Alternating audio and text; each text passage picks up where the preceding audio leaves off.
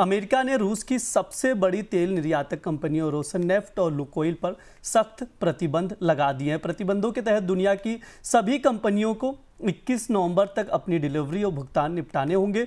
इन पाबंदियों का असर सीधा भारत पर पड़ेगा, जो रूस से बड़ी मात्रा में कच्चा तेल आयात करता है।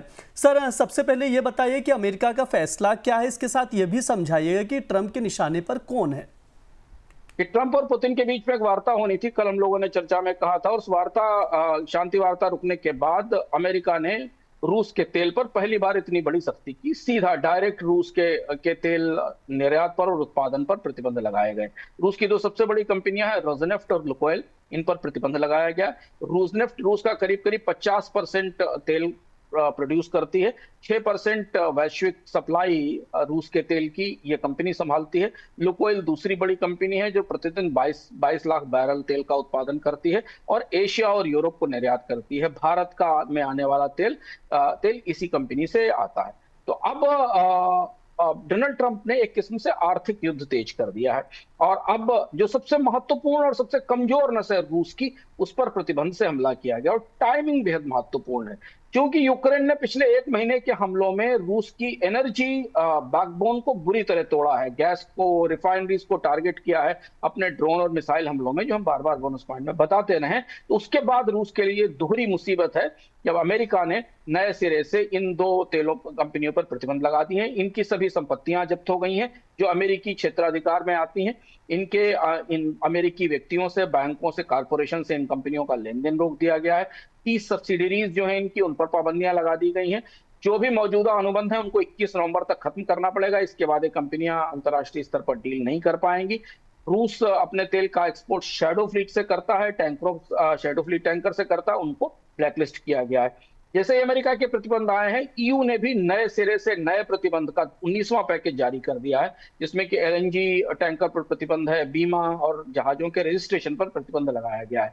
तो अब पूरा का पूरा ऑयल सेक्टर दोहरे दबाव में या दोहरे निशाने पर आ गया है। अमेरिका और यूरोप का ईयू और अमेरिका और ईयू का ने आर्थिक युद्ध छेड़ा है रूस की तेल अर्थव्यवस्था के खिलाफ, और यूक्रेन तो उस पर हमला कर ही रहा है।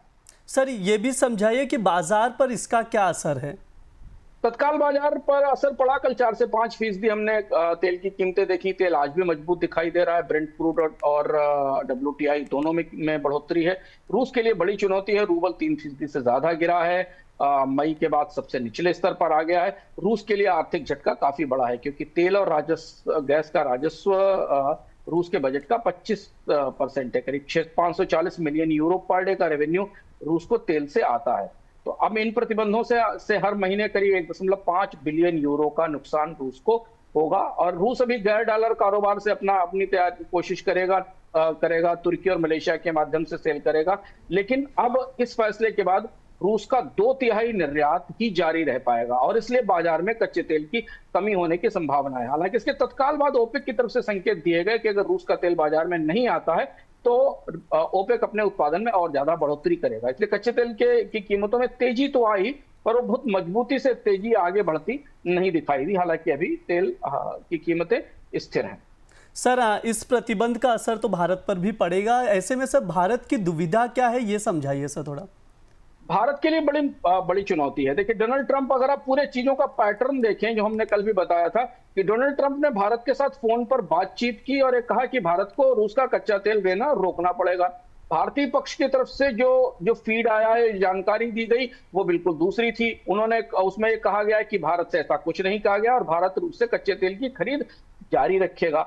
इसके तत्काल 24 घंटे के बाद डोनाल्ड ट्रंप ने उन तेल कंपनियों पर प्रतिबंध लगा दिए जो भारत को तेल का निर्यात करती थी, जिनके जरिए निर्यात आता था। रूस का सबसे बड़ा खरीदार है भारत, 16 से 17 लाख बैरल प्रतिदिन तेल खरीद रहा है।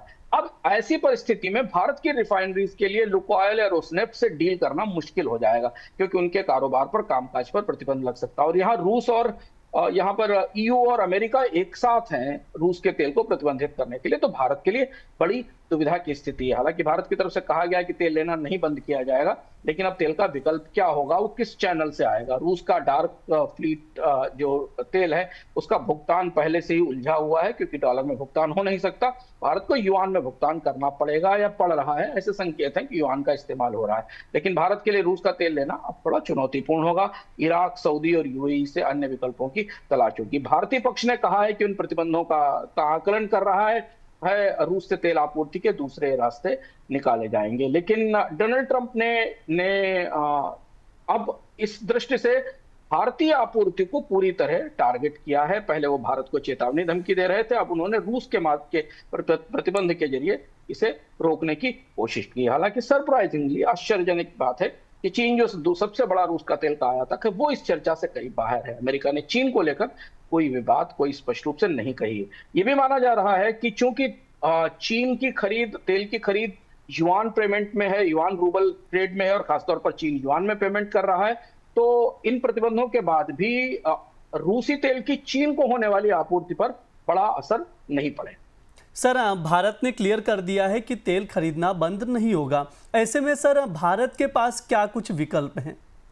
भारत के पास अब दो विकल्प हैं। एक तो ये कि भारत किसी दूसरे पेमेंट चैनल से, टर्की और मलेशिया के जो रास्ते हैं जहां से डार्क फ्लीट और टैंकर्स के जरिए तेल आता है, अगर वो रूस का तेल ही लेना जारी रखता है तो वहां से लिया जाए। लेकिन अब ये देखना होगा, क्योंकि अगले 15 से 20 दिन में हमें पता चलेगा कि इस प्रतिबंध में जो बेहद सख्त प्रतिबंध है। पहली बार कंपनियों को टारगेट करके अमेरिका ने इस तरीके के प्रतिबंध लगाए।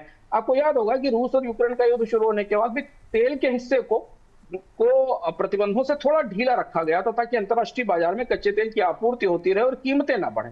लेकिन अब स्पष्ट रूप से बेहद सख्ती के साथ हर तरीके की सप्लाई चोक की जा रही है। तो अगर वो डार्क फ्लीट और डार्क टैंकर नहीं आएंगे, शिप्स का रजिस्ट्रेशन नहीं होगा, तो जो टर्की और मलेशिया का रूट है जहां से रूस का तेल आता था, वो आने में दिक्कत होगी। तो हालांकि भारत ने कहा है कि वो जारी रखेगा, क्योंकि डोनाल्ड ट्रंप ने कहा था कि भारत इस बात पर सहमत हुआ था, जो भारत के लिए बेहतर नहीं था।